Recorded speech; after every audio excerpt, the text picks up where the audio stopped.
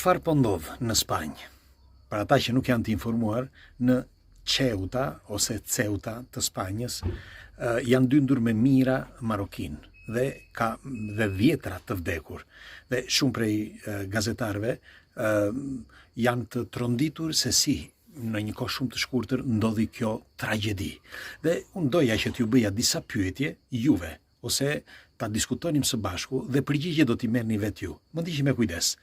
Si gjithmonë kush është rastisht nëse nuk e keni bërë ende lidhuni me këtë faqe që të shihni sërish dhe faleminderit që jemi prerë bashkë. Atëherë, pikë së pari duhet të nënvizuar që Ceuta ose Ceuta gjendet në periferi të cep të Afrikës dhe është zonë e Spanjës, sepse aty nga vitet 1500-1540 Spanja e përvetsoi, por ka qenë gjithmonë zonë e Marokut, sepse një pjesë është brenda Marokut, se duhet dini që gjithë ajo pjesë aty përballë Spanjës është e Marok, quhet Marok. Por ai qytet është zaptuar në vitin 1540 ca nga spanjollët dhe mbahet me fjalë nën kontrollin spanjoll. Pra çdo gjë është spanjolle. Ligjet, çdo gjë. Bile kanë investuar dhe shumë kohët e fundit pikërisht në atë qytet që të jetë sa më all'avanguardia, si quhet, më në zhvillim se sa vendet e tjera, që t'u tregojnë botës, por edhe Marokut, që ata janë njerëz të mirë dhe ndihmojnë pra qytetin dhe popullin. Atëre, dhe unë do t'ju bëj pyetjen e parë. Për ju, si është? Me një fjalë, kujt është ai qytet? Qyteti thash deri në vitin 1500 ka qenë gjithmonë e Marokut. Pra, i kujt është ai qytet sipas jush? Është i Spanjës apo është i Marokut? Pika 1. Kjo. Se është vetëm një qytet mund të cep të Afrikës. Dhe dyta, që është akoma më interesante. Përpara se të shpërthente ky kaos kaq i madh, pikërisht mbreti i Muhamet i Marokut lëshoi mijëra të burgosur me fjalë që ishin, si mund të quhen, këta vagabond. Pra të burgosur vagabond po flasë, të burgosur vagabond liroi rreth 1800 brenda një jave. 1800, por thuhet që ka liruar edhe të tjerë. Dhe doja t'ju pyesja juve. 2 ditë përpara se të ndodhte, u liruan 1800 që ishin ata të fundit, por thuhet se ka liruar edhe të tjerë. Sipas jush, është rastësi? Pra, ju mendoni që kjo është vetëm thjesht një rastësi që mbreti i Marokut liron 1000 ca ose 2000 vagabond dhe pikërisht pas 2 ditësh hapen dyert e kësaj Ceutës, pra të qytetit Ceutës, shpërthyen dyert sepse kanë mbritur mbi 70.000 marokin. 70.000. 10 prej tyre kanë vdekur nga shumë gjëra, por kjo është pyetja 1. Pyetja 2. Si është e mundur që pikërisht në ditët, pra në atë ditë kur shkonin drejt Ceutës, apo më fjalë drejt qytetit që të shpërthenin gardhin, si mund të quhet, hynin në qytetin spanjoll, marokinët, dilnin nga disa kamion, të ndihmuar nga policia marokine. Më thoni ju, është një rastësi apo jo? Pra, nëse shikoni në lajmet e Marokut, unë e vura re, 2-3 kamiona që polici i thot hajde dilni me qindra brenda një kamioni që zbresin nga kamionët dhe ikin në fusht hapur. Ku shkojnë ta? Pra, është një rastësi edhe kjo? E bukur është që të gjitha lajmet në të gjithë botën, kryesisht në Evropën, Evropës, thonë që 60.000 emigrant kaluan me not për të mbritur në Ceuta, në këtë qytet. Ju mendoni që edhe kjo është një rastësi që lajmet të thonë diçka që nuk është e vërtet sipas gjasave dhe lajmeve të zonës, pra atje, qoftë marokine, por edhe të Ceutës në momentin e parë, ju si thoni. Dhe tjetra, është një rastësi sipas jush që ditë më parë, pra përpara se të ndodhte kjo, Sanchez, ministri spanjoll, bëri një marrëveshje me Algjerinë. Bëri një marrëveshje për gazin dhe naftën të vi nga Algjeria, që duhet të dini që Algjeria me Marokun ka një grindje mijëvjeçare.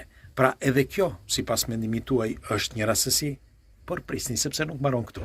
Bile do t'ju them, nuk doja që ta shtoja këtë, por do ta shtoj, sepse duhet parathënie që pastaj kur të vi të ndodh një problem i tillë, të keni parasysh që kam thënë. Maroku është një vend strategjik, jo vetëm për Evropën, por pikërisht për Izraelin. Dhe tani, me kalimin e muajve, ose ndoshta pas një viti, do të shikoni se çfarë do të ndodh me Marokun. Maroku do të katandiset si në epokën e gurit, dhe do të shikoni.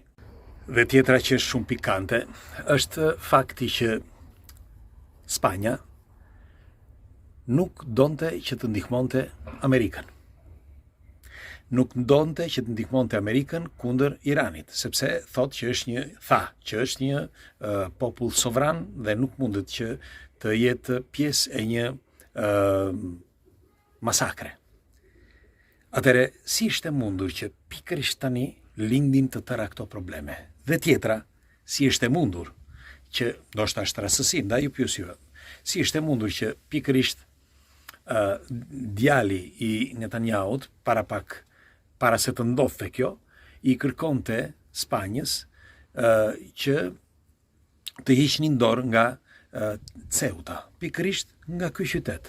Ose më mirë të tërhiqeni, ne nuk mund të mbështesim askënd, etj. Pra, për çfarë arsye? Doja të isha pak më i qartë për këtë, por mjafton me kaq, sepse ne nuk mund të bëjmë dot asgjë. Thjesht informohemi duke shpresuar që gjërat të shkojnë sa më mirë, sepse njerëzit kanë nevojë. Jemi në vitin 2026 dhe shumë gjëra po ndryshojnë, por rendi i ri botëror po shkon drejt projektit. Dhe dihet se kush fshihet pas rendit të ri botëror dhe pas këtyre projekteve. Kështu që nuk është vetëm Maroku. Maroku është një nga pjesët, nga shtetet më të rëndësishme të Evropës, por njëkohësisht pastaj vinë edhe të tjerat me radhë, sepse gjithë shtetet e rëndësishme fillimisht të Afrikës dal nga dal do të coptohen edhe pasi të shkëputen emigrantët që t'i sjellin drejt Evropës ose Amerikës ose vendeve të tjera, pastaj do kërkojnë që qytetarët amerikan apo evropian të shkojnë drejt këtyre vendeve që morën emigrantët, që të bëhet një miksazh i madh, dhe kush nga ju ndoshta do thotë që unë nuk do shkoj, do t'i ofrojnë 3.000, 5.000, 10.000 dollar në muaj, edhe do t'i thonë, do t'japim këtë dhe do t'japim dhe 5.000 dollar çdo muaj. Çfarë do bësh ti? Nuk do shkosh? Nuk do shkosh ti, do shkojnë 10 të tjerë, 100 të tjerë, dhe kështu me radhë.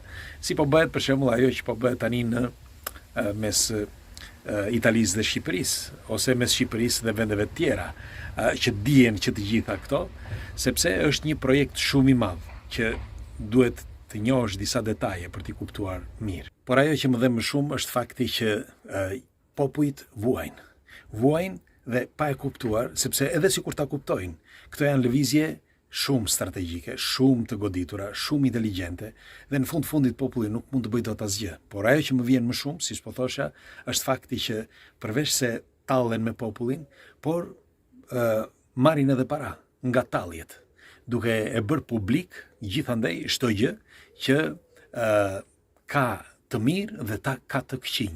Dhe aty ku nevojitet i bëjnë të këqij dhe aty ku nevojitet i bëjnë të mirë. Qoftë qeveritar, qoftë edhe element të rëndësishëm, pra personazh, por qoftë edhe popull. Dhe tashmë për shembull kanë rritur, si mund të quhet, vigjilencën dhe njëkohësisht nderin e popullit shqiptar. Dhe kjo e fundit më bën më shumë, le të themi, të gëzuar, sepse të paktën populli shqiptar po vuan më pak. Ndonse brenda vetvetes dhe brenda popullit ka jo vetëm probleme ekonomike, por shoqërore dhe mbi të gjitha edhe politike. Megjithatë, ju çfarë mendimi keni për të gjithën këtë situatë që folëm? Çfarë mendimi keni për në Spanjë, për në Shqipëri, për gjithë këtë që po lëvizin tani, sepse kjo është një lëvizje globale që me kalimin e kohës, siç e kam thënë dhe më përpara, do intensifikohet gjithmonë më shumë, derisa të bëhet një miksazh total i planetit, ekonomikisht apo shoqërisht apo si të doni ju. Pres komentet tuaja. Ditë të mbarë.